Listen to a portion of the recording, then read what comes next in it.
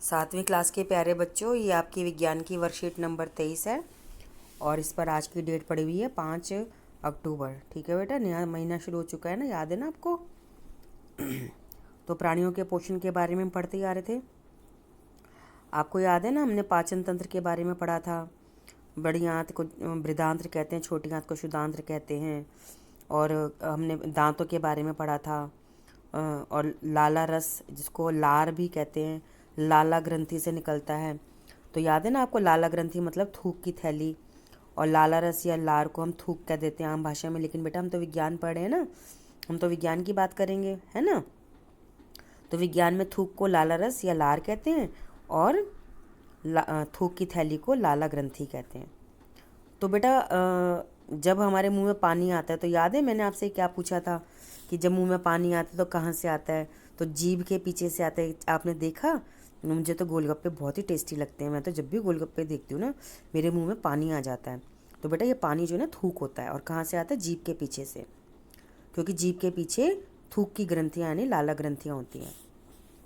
तो ये जीभ क्या काम करती है, आज हम इसके बारे में जानेंगे कि जीभ का काम क्या होता है। तो एक कहानी है कि राहुल अपनी माँ द्वारा तैयार नाश्ता कर रहा था। अचानक उसने करेले का एक टुकड़ा खा लिया और वो कड़वाहट के कारण चिल्ला पड़ा। क्या आपने भी कभी ऐसा महसूस किया है कि कोई चीज़ कड़वी पता लग रही है, कोई मीठी पता लग रही है, कोई नमकीन है तो नमक बहुत तेज़ है, या नमक कम है तो हम कह देते फीका है, नमक तेज़ है कहते बहुत तेज़ नमक है, कड़वा हो रहा है, नमक से भी कड़वा कह देते हैं, कई लोग बोल देते हैं। लेकिन नमक से तो बेटा नमकीन होता है ना। कड़वा तो करेला होता है और दवाइयाँ होती हैं, है ना बेटा। और कोई चीज़ आपको मिर्च वाली लग रही है, तीखी लगती है, तो हरी मिर्च मिर्च है, आप मुंह खोल लेते हो, हा ऐसे आवाज़ निकालते हो, जीभ में से पानी टपकने लगता है। पानी नहीं होता बेटा, थूक होता है। क्योंकि जीभ पे जब मिर्च लगती है तो थूक उसको बचाने आता है। तो आज हम जीभ की संरचना के बारे में पढ़ेंगे कि जीभ क्या है।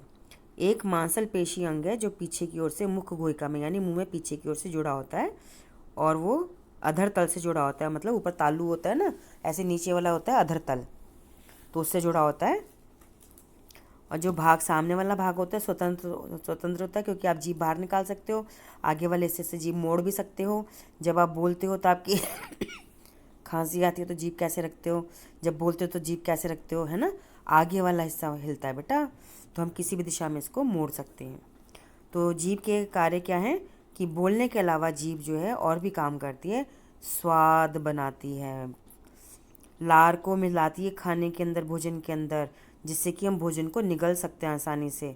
अगर थूक नहीं होता तो सोचो कि आपका जो भोजन है, आप पानी पीते रहते, साथ साथ खाना गटकते रहते, तो पेट में कितना पानी हो जाता है ना भाई। दूसरा काम क्या है? स्वाद कलिकाएँ होती हैं जो भोजन के विभिन्न स्वादों का पता बताती हैं। तो बेटा, ये जो चित्र है आपका, इसको आप देखेंगे,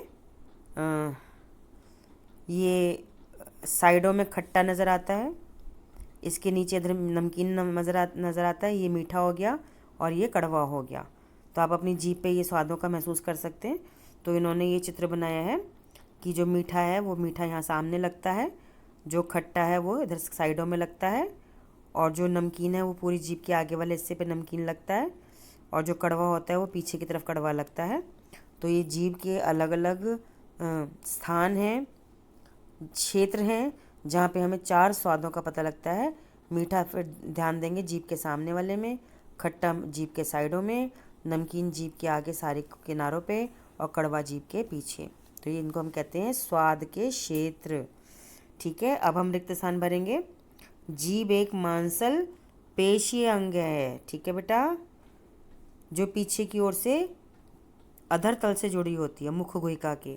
तो यहाँ पे लिखना है मुख्य गुहिका के अधर तल से जुड़ी होती है।